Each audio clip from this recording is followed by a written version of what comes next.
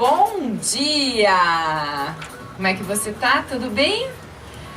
Hoje o nosso programa vai falar de relacionamento, então fica ligado. Manda pra gente um WhatsApp 92589895. Acompanha a nossa live no Facebook, Cláudia Queiroz, jornalista, no Instagram 95FM Curitiba. A gente hoje tá todo mundo junto e misturado, né, Jacir? Bom dia! Bom dia, bom dia. Vamos tentar resgatar alguns probleminhas que eventualmente aconteceram no final de semana? Esses relacionamentos em tempos de isolamento social, casais 24 horas juntos, isso funciona? É a prova de que foram feitos para dar certo ou é a hora da verdade? Nós fomos feitos para dar certo, né? Todos nós fomos feitos. Basta a gente usar um cérebrozinho que tem dentro aqui da cachola e pensar um pouquinho mais nisso e pensar com muita coragem. Mas se fomos feitos para dar certo, por que está tendo tanta dificuldade de convivência? Por que essa relação tem trazido tanta tensão para os casais e para as famílias? Né? Até onde isso tudo pode ser considerado bom? Bom, eu vejo da seguinte maneira. A vida, a tua, a minha, de todos nós, é uma comemoração. É uma comemoração entre razão e emoção. Se esse programa, e o nosso programa chama Superconsciência, é porque está mais do que na hora da gente sentar no cockpit do nosso cérebro e começar a pensar. Mas a emoção, ela vem junto. Enquanto nós não pensarmos com qualidade, a emoção vai nos criar problemas. E ela cria problemas inconscientes, inclusive, traz coisas do passado, feridas emocionais.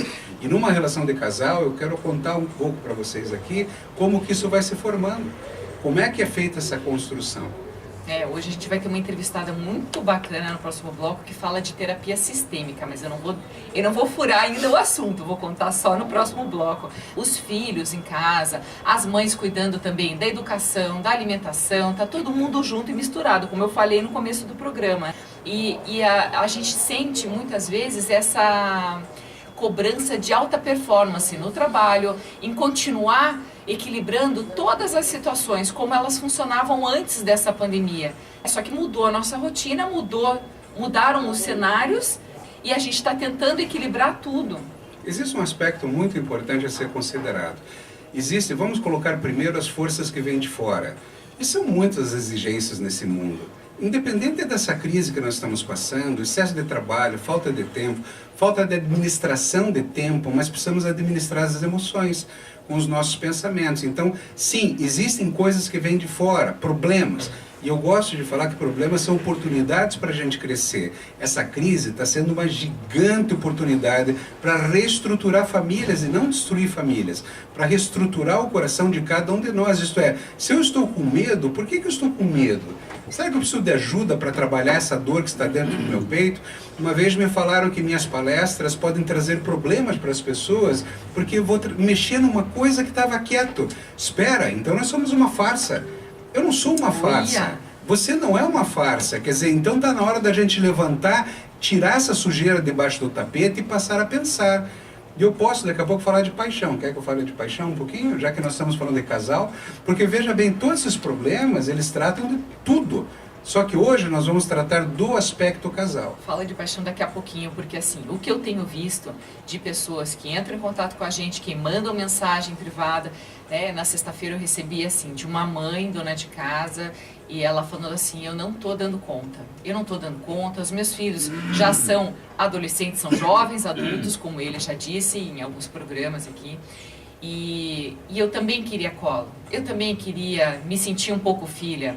E existe um momento na vida da mãe, da dona de casa, da esposa, em que ela meio que tem que abraçar e acolher e botar todo mundo no colo, mas ela não está dando conta disso. Então a mãe, a mulher, ela tem uma capacidade muito maior de acolher e de dar do que de assumir que ela também está precisando um pouquinho de pausa, está precisando se respeitar, está precisando dar um tempinho para ela.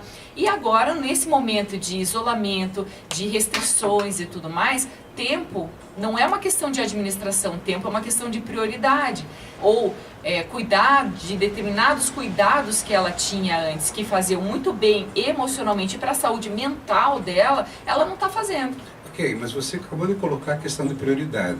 O que nós precisamos aprender a fazer é sentar, colocar no papel quais são as prioridades e qualificar essas prioridades, quantificar essas prioridades. O que é prioridade? Meu filho é prioridade, a escola é prioridade, as escolas, elas também não sabem o que fazer, está todo mundo tentando descobrir o que fazer e te carregam com um monte de tarefas para os filhos. Faça o teu possível. Uma das grandes sacadas da vida... Veja, respira fundo. Uma das grandes sacadas da vida que a gente tem que ter, gente, eu estou tentando aqui, junto com você agora, dar o meu possível. Eu posso errar, eu posso falhar, eu posso um dia faltar, fiquei doente, não importa. Nós somos os nossos possíveis. Agora, eu posso sofrer com os meus erros, com as minhas dificuldades, ou aceitar. Então, quando a gente confia na vida e aceita os nossos fracassos, as nossas eventuais perdas, entre aspas, e as nossas dores, fica muito mais fácil. Então, quando a mãe se sente cobrada, por que você está sofrendo dentro de casa com filhos, com um monte de tarefas, com um monte de coisa? Porque você quer cumprir as tarefas, mas no fundo, talvez, você esteja se sentindo cobrada. E às vezes até explicitamente cobrada pela família, pelos pais, pelo marido, pelos próprios filhos. Mas aí eu trago mais uma vez para você, quem é que está sentado no cockpit do teu pensamento para trabalhar as tuas emoções? Então veja, o mundo está pesado lá fora, mas você tem que estar mais forte. Tem que respirar fundo, né? Eu tenho uma amiga, que a filha dela estuda com a minha filha, inclusive. E ela falou assim, as crianças não querem mais comer a comida que eu faço. E eu cozinho muito mal, ok, mas eu tô me esforçando. Então a gente percebe de um lado ela se esforçando e a família, marido e os filhos dizendo, a gente não quer isso, mas restaurante todo dia não dá para pedir. É mais ou menos assim, né? Deixa eu primeiro corrigir o que eu falei, você não tem que estar mais forte, você é mais forte. Só que você precisa descobrir isso. Agora, existe uma diferença entre homens e mulheres que são diferenças fundamentais. São diferenças biológicas e psicológicas. A mulher tem uma capacidade de contenção dos filhos muito maior. Isso não quer dizer que não hajam pais, porém, absolutamente carinhosos, tolerantes e compreensíveis.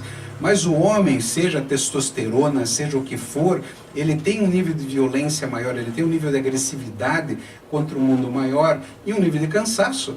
O que uma mãe é capaz de passar 3, 4 dias acordada por causa de um filho, o homem cai do lado e não sabe o que fazer. Então, enquanto a mãe quer empurrar toda a comidinha dela da goela abaixo dos filhos, e a gente sabe que isso, independente de qualquer situação, é um momento difícil para a mulher, pelo fator nutrição, que a mulher é nutridora, o homem olha para o filho e fala, quer comer, come, não quer comer, não come. Então, essas diferenças precisam ser trabalhadas mais a nível da prática do dia a dia, confiando, mas nós já estamos indo para os aspectos práticos posteriores, temos que falar mais da emoção antes. O que acontece com o casal enquanto casal, não já diretamente na relação dos filhos. Isso é muito importante para a gente poder entender todos esses aspectos de competição, no qual nós deveríamos ter um aspecto muito maior de cooperação e consciência.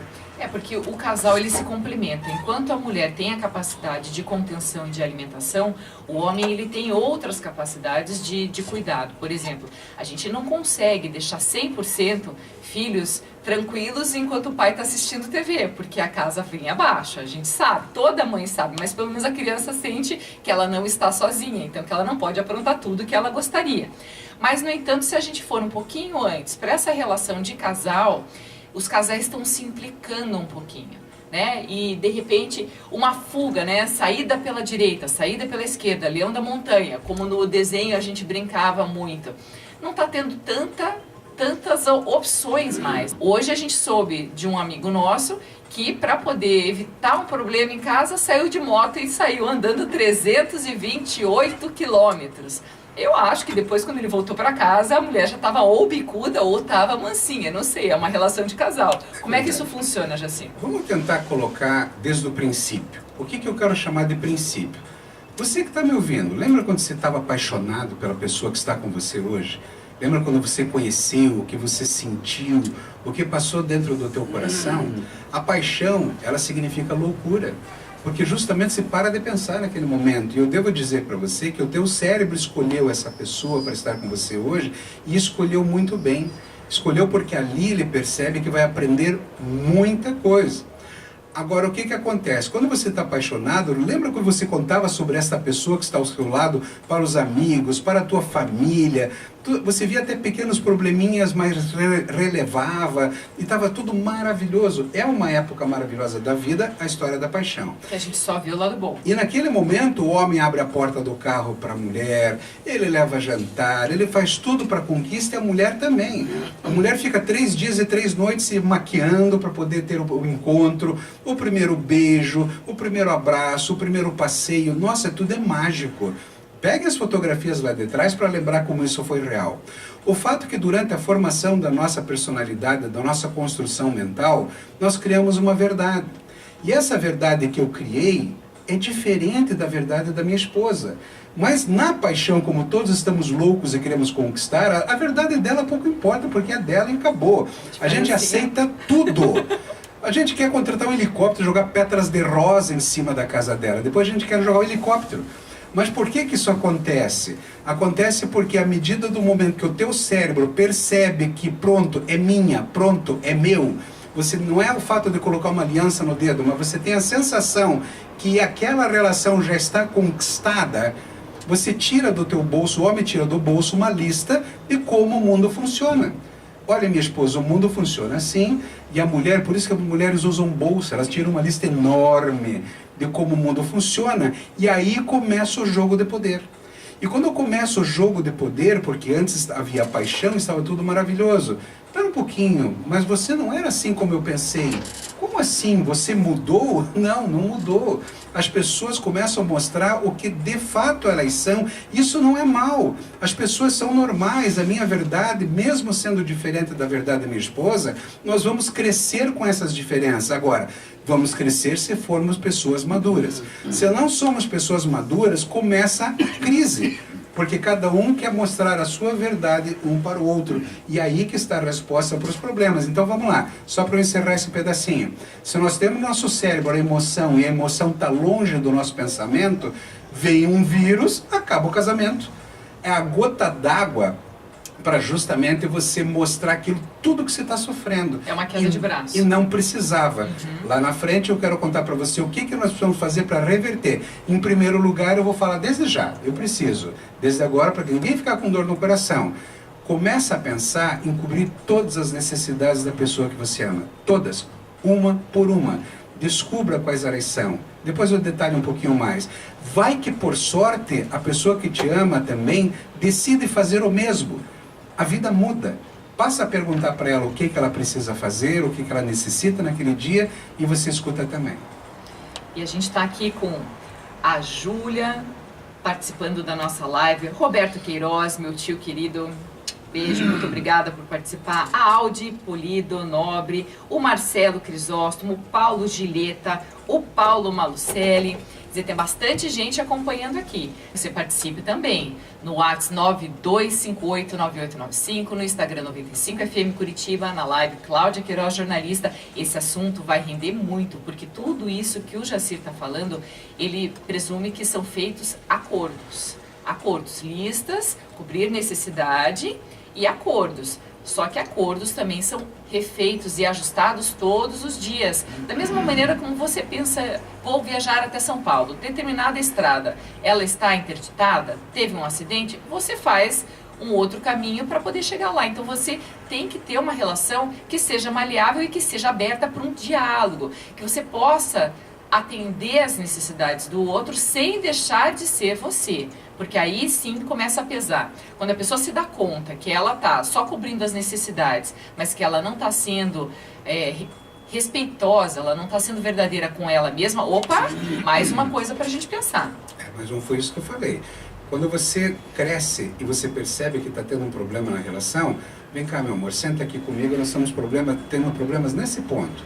O que está acontecendo? E aí começa um diálogo verdadeiro, presumivelmente entre duas pessoas adultas. E aí as verdades podem ser trabalhadas, aceitas, moduladas e, como você acabou de falar, a vida é dinâmica. E aquele acordo da paixão lá atrás passa a ser um acordo de uma construção de amor verdadeira. É muito importante, gente, essa troca. Às vezes, enquanto casal, acontece alguma coisa que ele não concorda com uma maneira como eu estou educando a filhinha, ou que eu não concordo com alguma coisa que ele disse, ou que ele agiu assim, assado. E não é no momento em que a gente está magoado, chateado, bravo, que a gente fala assim, eu não acho legal o jeito que você fez, blá, blá, blá. Né? Tô fazendo uma DR com o doutor aqui. Né? Não é isso. A gente tem que esperar o momento certo de calmaria. Porque na hora que a gente está com os ânimos à flor da pele, qualquer coisa que a gente fale, se as pessoas estão hoje, né, confinadas no mesmo cenário, onde parece que muita coisa não mudou, que a realidade não está arejada, né? Então, está todo mundo, de uma certa forma, sob tensão. Então, qualquer coisa que você fale com os ânimos à flor da pele, vão ter um impacto muito maior. E aí, o peso de cada situação pode ser diferente. Então, se você está aí em casa, chateada com o seu marido, chateado com a sua esposa, ou com um relacionamento que está um pouco diferente por causa dessa quarentena, respira fundo, cheira flores, sopra vela, para dar uma aliviada. E peça ajuda. Nós vamos conversar hoje com uma terapeuta de casal fantástica, quer dizer, existem pessoas muito preparadas para ajudar. Claro que não é num primeiro desentendimento, numa bobeirinha, que você não é capaz, mas quando você percebe que começa a escapar um pouco da tua mão, peça ajuda. É impressionante que eu vejo até o medo que as pessoas têm de se expor muitas vezes, de abrir mão das suas próprias verdades e não querem ajuda. Veja, nós estamos num mundo de uma responsabilidade. Se você está com alguém, principalmente, não apenas, mas principalmente se você tem filhos. Olha a responsabilidade que nós temos com os nossos filhos para podermos dar-nos bem. E nós somos espelhos para os filhos. Você falou da dificuldade com as crianças, existe outro ponto de atrito aqui nesse momento, que também tem pensamentos diferentes do casal, como levar a vida com os filhos.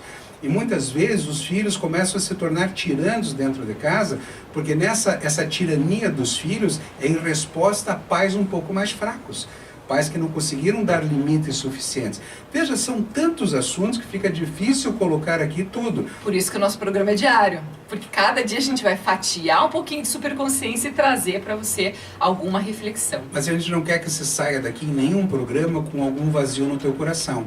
Então, mesmo que surjam dúvidas, manda pra gente tocar no assunto, alguma coisa que possa incomodar, porque nós estamos aqui para, levantar aquela sujeira debaixo do tapete, para que você possa ser de fato feliz e não nós sermos uma farsa nessa vida. Exatamente, para você sintonizar a sua frequência de vida, para que você faça aquilo que você precisa fazer e que faz teu coração ficar em paz. A gente vai fazer um intervalo agora bem rapidinho e já volta com a nossa entrevistada. Você está ouvindo? Estamos de volta com o programa Super Consciência, hoje falando de relacionamentos. A gente vai entrevistar daqui a pouquinho a psicóloga sistêmica Fernanda Miranda Ribeiro. Ela é sensacional e encontra detalhes nessas relações que podem modificar e trazer um pouquinho mais de alívio. Eu quero falar agora um pouquinho de um assunto que eu estava comentando no começo, tentando deixar talvez claro no outro bloco, que é assim, as mães elas se sobrecarregam muito nessa quarentena. O brinde da maternidade é a culpa. A culpa pelo filho não estudar muito, pelo filho não estar desenvolvendo nas atividades da escola, de repente da comida não tá boa, de ter qualquer outro tipo de problema. Então, como que funciona tudo isso daí, quando tá todo mundo junto na mesma casa, como é que a gente coloca um pouquinho mais de superconsciência? Então, a gente vai refletir alguns momentos da tua vida, buscando melhores escolhas e que garantem menos sofrimento. Agora a gente vai conversar com a psicóloga que está ouvindo a gente, né, Fernanda? Bom dia! Bom dia, Cláudia. Bom dia, Fernanda. Bom dia a todos. Conta pra gente um pouquinho melhor sobre essa dificuldade de convivência entre os casais e tantas confusões que estão acontecendo nessa quarentena. Quais seriam os motivos para tantas brigas? Veja, Cláudia, as relações são as relações. Quando nós temos a possibilidade de nos distanciar dos outros, né, deste grupo que nós nos relacionamos, da família, nós temos a chance de vazar um pouco essa tensão que é natural das relações. No momento que nós ficamos confinados, né, que nós ficamos isolados, só no contato com os familiares, a tendência é a tensão aumentar. E o que acontece? Normalmente as pessoas não aprendem a lidar com tensões. não aprendem a lidar com a dificuldade de olhar o outro, de cuidar do outro, de entender a dificuldade do outro. Entendi.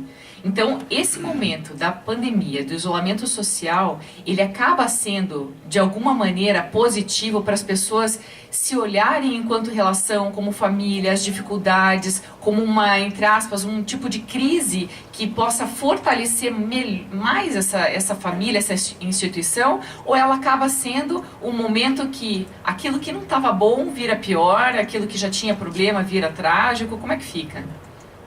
Na realidade, assim, se você puder olhar essa tensão como uma crise, e se a gente tirar o S, vai ser a possibilidade de criação de um relacionamento melhor. É evidente, nós nesse momento fazemos uma escolha, se nós vamos crescer com essa dificuldade ou se nós vamos sucumbir à dificuldade. Eu tenho observado, e ontem quando nós conversamos, eu pensei muito, realmente eu tenho tido um número de casais que nesse momento estão fazendo a opção da separação. Esses casais que estão se separando nesse momento são casais que já viviam uma crise, talvez não uma crise tão delatada por essa proximidade que agora se exige. Entendi. Quer dizer, já existia um problema, só foi um pouco intensificado em função do excesso de convivência e da falta de tolerância que já estava acontecendo. Exato. Já existia uma dificuldade na relação. E aí, como eu já te falei, a gente faz contratos quando a gente inicia qualquer qualidade de relação. Seja com empregado, seja com filho, seja com irmão, seja com a família de origem, a gente tem contratos. E quando a gente se relaciona com o outro, com o parceiro, a gente também faz contratos velados. Esses contratos não são claros, mas são contratos que existem. No momento que vem uma crise, é o momento de nós reavaliarmos o contrato. Que é o que o Jacir estava falando. De nós reavaliarmos o contrato. Que é o que o Jacir estava falando no outro bloco, da lista de exigências ou das listas de necessidades. Eu monto um contrato com as minhas regras, ela tem um contrato com as regras dela. E a gente não tem maturidade suficiente para equilibrar esses dois contratos. E aí, quando vem a crise, a coisa pode vir abaixo. Com certeza. E não só isso, Jacir. Os contratos não são claros, os contratos são velados. A maioria dos casais que eu recebo de atendimento sequer sabem que fizeram um contrato, que estabeleceram um contrato. E quando eu conto isso para eles, eles ficam muito surpresos. E quando eu conto ainda que esse contrato tem que ser revisado de tempos em tempos, eles ficam mais surpresos ainda. O contrato é uma maneira de deixar claro aquela verdade que eu trago de casa. O mundo funciona assim.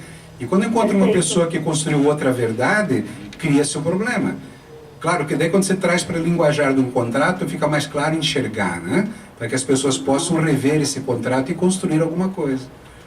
E avaliando ainda, Zeco, que a gente traz essas realizações, essas verdades, essas crenças da nossa história familiar. Então, quando eu trabalho com um casal, ricamente e respeitosamente, a gente olha o que estas famílias puderam dar para esses dois indivíduos que formam uma nova família. Que foi construído ali no coração de cada um, né? Perfeito. E o casal, o casamento, ele faz com que, por exemplo, eu me sinto mais forte tendo ele ao meu lado para poder alcançar o meu objetivo, para poder realizar os meus desafios e tudo mais, e vice-versa. Então, quando a gente enxerga um casamento como uma construção daquilo que a gente não conseguia sozinho, que era uma das explicações que você acabou me passando ontem, eu queria que você falasse um pouquinho disso também, da importância do que o outro ajuda quando os dois estão olhando para o mesmo foco. Ok. Veja, essa não é uma visão minha, essa é uma visão da própria visão sistêmica, no momento em que eu entro numa relação tão íntima como o casamento, eu tenho a grande chance de enxergar as minhas dificuldades e as minhas possibilidades. Justamente porque é confrontado, está aí a oportunidade de enxergar. Veja, é confrontado, e no meu olhar como terapeuta sistêmica, é uma grande generosidade o outro me contar o que ele vê nas minhas atitudes. Porque na maioria das vezes eu fico cego para mim. Então, quando o outro está um pouquinho distante de mim, a 1 metro de mim, ele consegue me enxergar muito melhor. E eu vejo esse processo crítico da relação como uma grande possibilidade. E o outro poder me falar o que ele enxerga em mim, uma grande generosidade. Então a gente pode pensar que esse momento em que os casais estão enfrentando um pouco de dificuldade pode ser um presente para a vida deles. Perfeito. Perfeito. Então... E os casais que eu tenho atendido, eu tenho colocado isso para eles, até não minimizando, mas até dizendo para eles assim, ok, é isso mesmo. Você está vendo no outro isso. Como é que é para você ver isso no outro? Neste outro que é o teu parceiro. E aí, Cláudia, ontem eu te falei uma coisa que eu acredito muito, que no momento que a gente se sente seguro numa relação, a gente pode ouvir isso que o outro fala para a gente como um presente. Se o outro falar para a gente com respeito, com muito respeito. Quer dizer, sem que isso vire uma ofensa, uma briga, um DR, uma acusação. Perfeito. Sem que isso vire uma desqualificação. E sem que isso passe a ser o grande passo no processo de crescimento do casal, individual e da família. Então, a partir do momento que eu me enxergo através dos olhos de quem está comigo, eu posso reparar determinadas situações, posso escolher mudar algumas coisas, eu fico um pouco mais atenta a isso. É o que eu chamo de estar sempre... Eu posso olhar para mim e dizer, uau, é isso mesmo, eu não percebia isso dessa maneira. E agora, o que eu quero fazer com isso? Porque no momento que eu assumo isso que o outro viu de mim, que o outro falou para mim, eu já caminhei 50%. Sim, a grande dificuldade, Fernanda, que eu vejo, que muitas pessoas, quer seja por medo ou até por desinformação, elas não estão abertas para ouvir. E aí que está a grande dificuldade numa relação. Porque quando eu tenho uma crítica, eu posso até estar errado, mas é a minha maneira de ver o mundo. E aí, colocando isso posto numa mesa para conversar com a pessoa que eu afirmo que eu amo e ela diz que me ama, fica mais fácil se os dois abrirem. Agora, se ficarem fechados, acabou, não tem para onde seguir. Se ficarem fechados e se isso virar um processo de agressão. Ou seja, se eu tenho na minha história pregressa agressão com os meus pais, a tendência é eu repetir isso ou enxergar a tentativa do outro de me falar como agressão. É uma defesa, né? É uma defesa. É uma defesa. E também quando entra em competição, né, Fernanda? Sim, porque aí a gente também vai voltar nessa história, né? Se eu me sinto abaixo, se eu me sinto desqualificado por uma história que eu vivi, uma história de família, eu também vou sentir que o outro está fazendo isso para me desqualificar. Uma coisa que eu tenho ensinado muitos casais é como comunicar com o outro. E eu não trago uma fórmula pronta. Eu pergunto para a pessoa que precisa ouvir como seria mais confortável ou menos desconfortável ouvir do outro. É uma construção individual. E aí eu volto àquele fato que eu primeiro preciso estar inteiro antes de ser casal. Porque se eu não estou inteiro, eu não vou aceitar crítica alguma, eu não vou aceitar mudanças de paradigma algum. E aí não tem relação que cresça, né? Com certeza. E aí a tendência é a relação ficar distante e ficar dura. E aí a relação dura. No momento onde todos estão juntos, é um drama para a família. E as crianças acabam sofrendo um pouco, né? Porque aí tem crianças... Muito, Cláudia, muito. As crianças se ressentem muito. É um sofrimento que a gente não tem ideia. E se sentem culpadas também.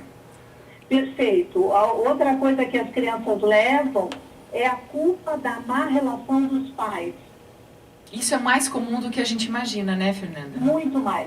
Isso já é uma tendência da criança, porque a criança quer a atenção do pai e da mãe.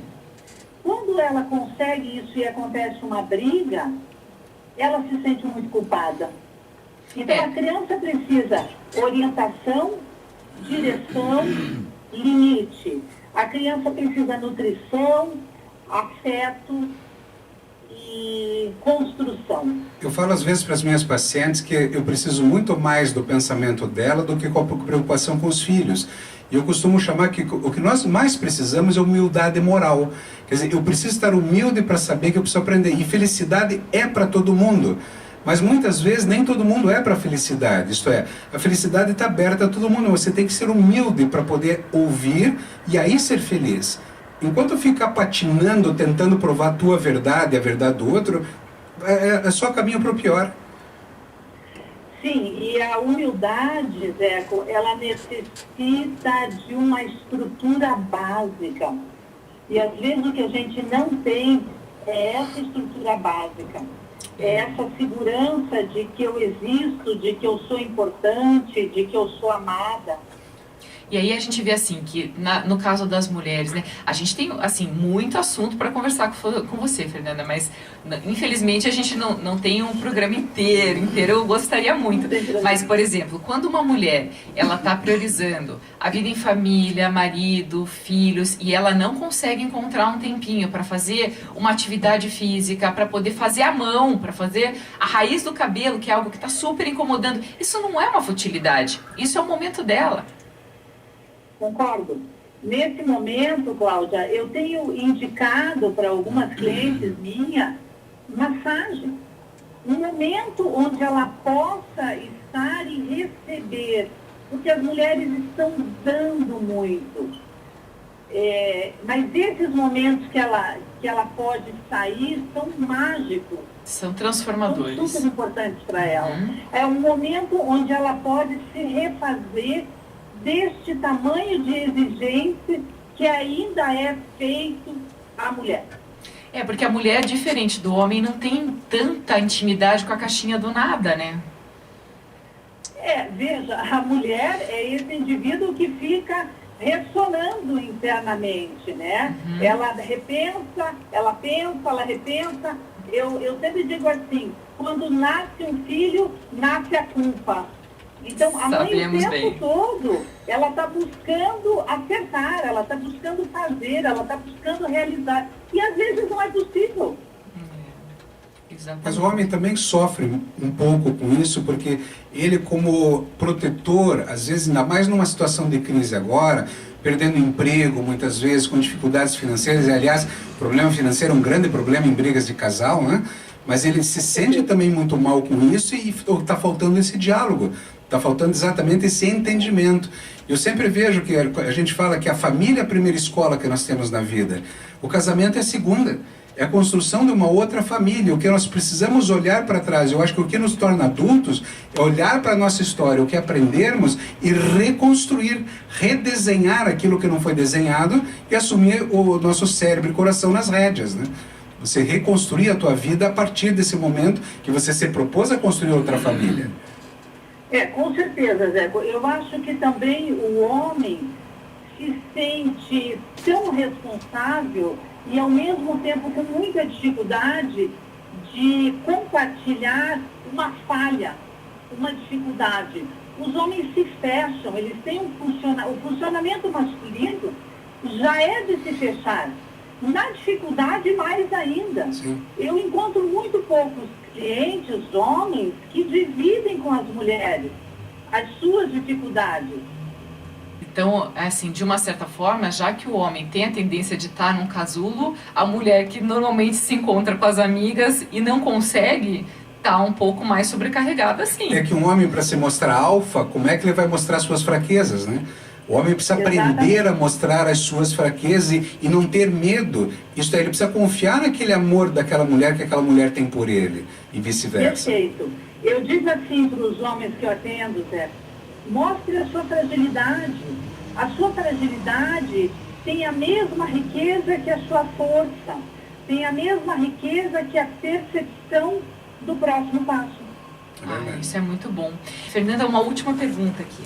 Qual que seria o momento de buscar um equilíbrio para aumentar respeito, para tentar reduzir esses excessos dos problemas que os casais vêm enfrentando? Qual seria o momento, talvez, de buscar algum tipo de consulta com um profissional ou de vamos conversar sobre determinado assunto hoje, mas que isso não gere uma tensão? Então a gente faz as crianças dormirem e olha, hoje eu quero conversar com você. Então assim, já gera uma coisa que durante o dia, quem ouve um chamado desse, uma intimação dessa, às vezes fica escutando aquela trilha do tubarão, né? Perfeito. Veja, a palavra conversa, uma vez eu aprendi que quer dizer o seguinte, fazer verso com. Mas o que acontece nas relações é que normalmente, e eu me deparo com muito poucas famílias que fazem diferente, a conversa é vista como algo ruim. Então, o que a gente ouve normalmente dos pais? Não fale para o seu irmão, ele vai ficar magoado. Não fale para o seu pai. Então, a gente não aprende a comunicar. E aí, o que acontece? A gente não comunica, até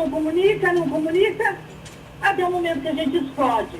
Mas daí a gente comunica de um outro jeito, né, Fernanda? É como se a gente fizesse uma afirmação, realmente comunicar é ruim. Então, a aprendizagem da comunicação é muito importante. Eu trabalho muito isso quando eu recebo pacientes individuais, instruindo eles a comunicar com o outro, treinando eles a comunicar com o outro. No dia a dia, dia e noite a gente precisa comunicar com o outro. Isso é muito importante. O que eu percebo às vezes, Fernanda, é assim, com várias pessoas, ela tem a dificuldade de comunicar algo, mas quando comunica, ela é criticada pelo tom, pelo volume, pelo jeito, pela velocidade, que aí parece que o conteúdo daquilo que está sendo dito está menos importante. Eu vou te dizer assim, daí parece um vômito. Pois é. Porque daí é tão forte. Quando eu deixo de comunicar muitas coisas, quando eu comunico, isso vem com uma força tal que parece agressivo. Então, a aprendizagem precisa ser comunicação. A grande dificuldade das relações é a comunicação. Como é que eu comunico? Por isso que as pessoas hoje conversam mais pelos aplicativos, né? Porque aí dá tempo de um falar, outro responder, né? A hora que vão falar os dois juntos... E aí dá um tempo e as pessoas conseguem olhar isso de outra maneira. Conseguem ler e dizer, mas é isso que eu vou falar? Que mensagem não tem tom, então a gente tem que ser um pouco mais cuidadoso. É diferente da mensagem que a gente está falando e que a pessoa conhece o humor, conhece o tom, conhece o jeito, conhece a fala, conhece a respiração, né? E isso aí acaba trazendo esses efeitos colaterais, né? Com certeza. Fernanda, eu comecei esse programa hoje falando que a vida é uma comemoração entre razão, emoção e coragem. A coragem, eu acho que nós precisamos perder o medo de sentir medo. Nós precisamos perder o medo de nos sentirmos fracos, eventualmente. Nós precisamos perder o medo de ir para cima. Ir para cima, poxa, se a gente lutou tanto para ser feliz, encontrou alguém, é covardia abandonar esse sonho. Então, agora, abandonar o sonho não é simplesmente empurrando, se machucando e continuar machucando e comemorar depois 50 anos de casado numa vida sofrida. Quer dizer, ir para cima no sentido da correção. E por isso é tão importante, eu encaminho minhas pacientes para terapeutas, encaminho para você poder tratar o teu coração. Você que está me ouvindo, tratar você primeiro para você poder olhar e conversar. Veja o que a Fernanda está falando, que é importante, o diálogo, que é uma das coisas, tem tantos mecanismos de defesa do ego que precisam ser superados, detectados e tratados por quem? Por um terapeuta, alguém que conhece. Exatamente, o terapeuta ele pode ser aquele fiel da balança, que vai unir as pontas, o né? O terapeuta, ele vai mediar a relação e poder até dizer para o outro, olha, realmente aqui eu senti um tom agressivo. Como é que você poderia falar diferente? Aonde você aprendeu isso? Ou, ao contrário, olha, não sinto essa agressão que você fala. Eu vou dar uma setinha para quem quer procurar um terapeuta. Eu sempre falo assim, bata na porta, toque, toque, toque, e fala assim, eu vim aqui para você me ajudar a pensar. Quer dizer, essa é uma maneira, você não está lá para se expor para nada, é conversar com alguém, encontrar alguém com quem você tem empatia para conversar, porque você, a tua felicidade, o teu casamento e principalmente os teus filhos merecem um pequeno esforço de você levantar e bater numa porta, toque, toque, toque, pedir para alguém, por favor, me ajuda a pensar. Fantástico, né? Pedir ajuda é uma virtude também. Isso não é uma fraqueza, né, Fernanda? Pedir ajuda é uma maneira assim de, tô perdendo o meu equilíbrio, me ajuda a não cair. Eu acho que o processo terapêutico é muito corajoso, né? Eu vejo pessoas que fazem processo terapêutico como pessoas corajosas. Corajosas de olhar a sua história, de respeitar a história vivida e de fazer novos contratos. Eu me encontro em terapia há mais de 40 anos como terapeuta e até antes disso. E eu me sinto presenteada a cada dia. Por poder refletir um pouco melhor a vida, né? Perfeito. Isso é muito bom. bom. Eu não terei tempo de acabar todos os conteúdos. Até porque eu sou um ser humano. Exatamente. Claro. E nós aprendemos todos os dias, né, Fer? Perfeito. Fernanda, infelizmente a gente vai ter que encerrar a entrevista porque está chegando o nosso horário de intervalo, mas eu vou te chamar outras vezes. Quem quer entrar em contato? O prazer é todo nosso. Quem quer conhecer um pouquinho mais sobre o teu trabalho, conhece por onde? Tem algum canal de alguma página? Olha, as pessoas poderiam pedir para você o contato e você poderia passar o meu WhatsApp. Ótimo, então tá bom. Então, muito obrigada, um ótimo dia, um bom começo de semana. Obrigado, Fer. Bom dia para vocês. Muito obrigada. E no próximo bloco a gente continua com esse tema. Estamos de volta com esse tema pra lá de dinâmico. Não dá pra perder um segundo, assim, dessa respiração e de pensar assim, o que eu tô fazendo em casa, o que eu tô fazendo na minha vida, né? Vamos ser felizes, gente. Não perde tempo brigando, não. Tenta se entender. Manda pra gente mensagem no 92589895. Participa da nossa live no Instagram, 95FM Curitiba. Na live no Facebook, Cláudia Queiroz, jornalista. Nesse período, já que a gente está falando de superconsciência nas relações e com tantas confusões acontecendo nesse período de quarentena, nesses problemas de dificuldade, tudo que a gente precisa é superar junto qualquer tipo de problema, porque isso fortalece a relação, né, Jacir? Isso chama-se casal, né? Exatamente. E o Jacir, ele gosta de falar de uma palavrinha mágica, que é a chave para tudo na vida, para a chave de todas as relações, que chama intencionalidade. Eu queria, Jacir, que você explicasse um pouquinho melhor sobre como ser intencional para poder construir uma relação melhor, de família, de casal, de tudo que a pessoa quiser na vida, quem está com dificuldade, que possa implantar isso daí um pouquinho no coração e nas práticas da vida. A intencionalidade vive dentro da gente. Uma criança é intencional em tudo que ela faz. Quer dizer, quando eu estou falando aqui de emoção e razão, a criancinha pequena tem muito pouca razão, mas você veja, ela tem intenção em tudo que ela faz. São os desejos dela, ela vai atrás, ela luta, ela fala, ela não tem medo. O que ela é podada muitas vezes durante a vida e construída numa mentalidade difícil. Agora veja bem, essa criança sou eu e você. Essa criança é você que está me ouvindo, que cresceu e criou uma verdade, uma certeza. Você não perdeu a intencionalidade, você perdeu a coragem, o impulso, a coragem para colocar essa intencionalidade em prática. O impulso, a minha filha pula de cima da cama, de cima do armário, em cima de mim, não quer saber. Quer dizer, então essa intencionalidade do fazer as coisas é a força que você investiu nessa relação. É muito triste ver pessoas que se amam de fato, e essas pessoas se amam, sonharam. É muito triste vê-las não terem agora a coragem e o impulso de corrigir coisas que precisam serem corrigidas, como o diálogo, como o próprio relacionamento, a intenção um do outro, conhecer a verdade do outro, conhecer a maneira que um vê a vida e que o outro vê a vida. E eu continuo achando que o mundo tem que ser como eu penso, e não como a minha esposa pensa também. Ou fazer uma lista de defeitos, né? Sim, você começa, porque daí você começa a querer, pela imaturidade, a gente começa a querer justificar o porquê eu fiz uma escolha errada ou porquê eu estou certo. E a maneira mais infantil que tem de mostrar como eu estou certo é mostrando os teus defeitos. E defeitos todos nós temos. Vai da intensidade que nós vamos usar esses defeitos. Porque se eu pego os defeitos da minha esposa e começo a jogar em cima dela, como é que eu vou ser feliz nessa relação? Então eu pergunto para você que está me ouvindo, você pagou para ver para ser feliz ou para sofrer? Isto é, até quando vai com as suas verdades, as suas certezas para cima do mundo?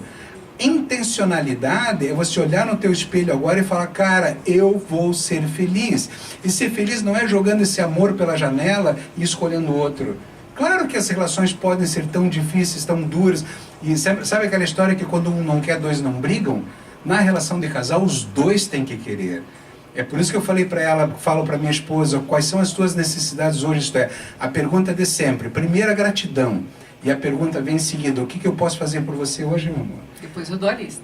Pois é, ela dá a lista. Eu fico esperando ela perguntar para mim, não. Ela pergunta também quais são as minhas necessidades. E aí você vai com toda intencionalidade em busca dessas necessidades. Vou contar uma coisa que eu li esses dias, assim. Nas tribos indígenas, quando alguém está se sentindo fraco, quando alguém está passando por algum tipo de dificuldade, todos os amigos, né, já que eles vivem em comunidade, eles fazem uma roda em volta dessa pessoa e jogam para essa pessoa que está em dificuldade emoções positivas para que ela supere, encontrando nessa pessoa que está numa fase ruim ou num momento ruim, ânimo, força, coragem para poder superar esses desafios. E na relação, muitas vezes, na hora que a gente vê um que está cabisbaixo, está triste, está preocupado, está nervoso, está apreensivo, ou quando ele vê que a mulher está estressada, está sem paciência, está sem tolerância, está cansada, etc. E tal. Quer dizer, a gente tende a jogar aquela fragilidade com um peso ainda mais. Você está assim, assim, assim, assim, isso está me incomodando. Quando que, se de repente eu posso ser generosa, como a nossa entrevistada falou, a doutora Fernanda, e deixar que ele descanse, deixar ele num tempinho sozinho e ajudar a resolver alguma coisa, ele se fortalece, porque a gente está junto, são dois para vencer a batalha. Você trouxe um tema agora, quando você falou de uma tribo indígenas, né?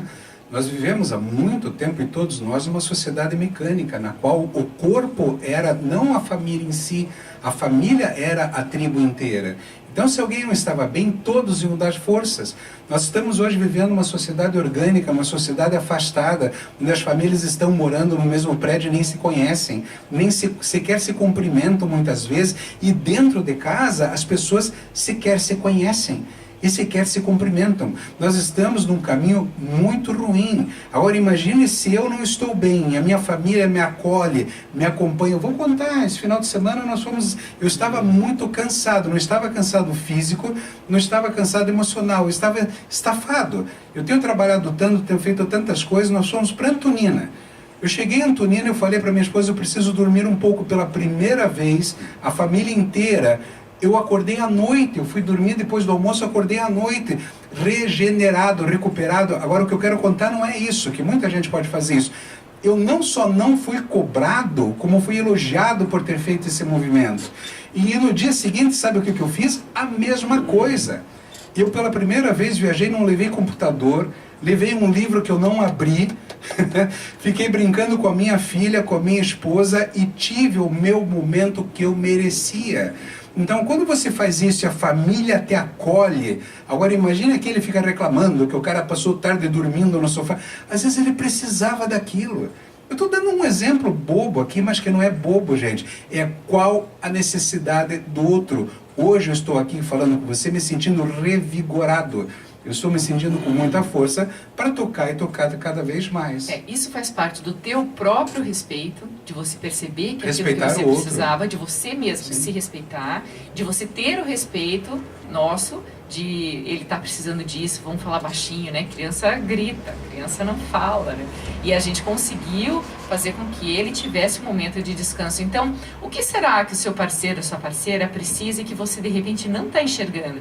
E se isso viesse como uma sugestão sua, sabe? Se você puder ajudar essa pessoa a ter esse momento para realizar esse encontro, esse equilíbrio, essa busca de equilíbrio. Que tal você tentar promover para o seu parceiro um momento para que ele se encontre e tenha um momento de relaxamento? Para que ele chegue em casa e que você, parceira, possa recebê-lo em casa, e você, marido, possa chegar em casa, mesmo com as tuas angústias, com os teus problemas, e olhar para a parceira e se abraçarem. Lembra, eu falei a quantidade de ocitocina e dopamina, hormônios do amor que aumentam com um abraço, e aí os problemas passam a se tornar até menores, porque vocês estão colaborando um com o outro de fato nessa relação.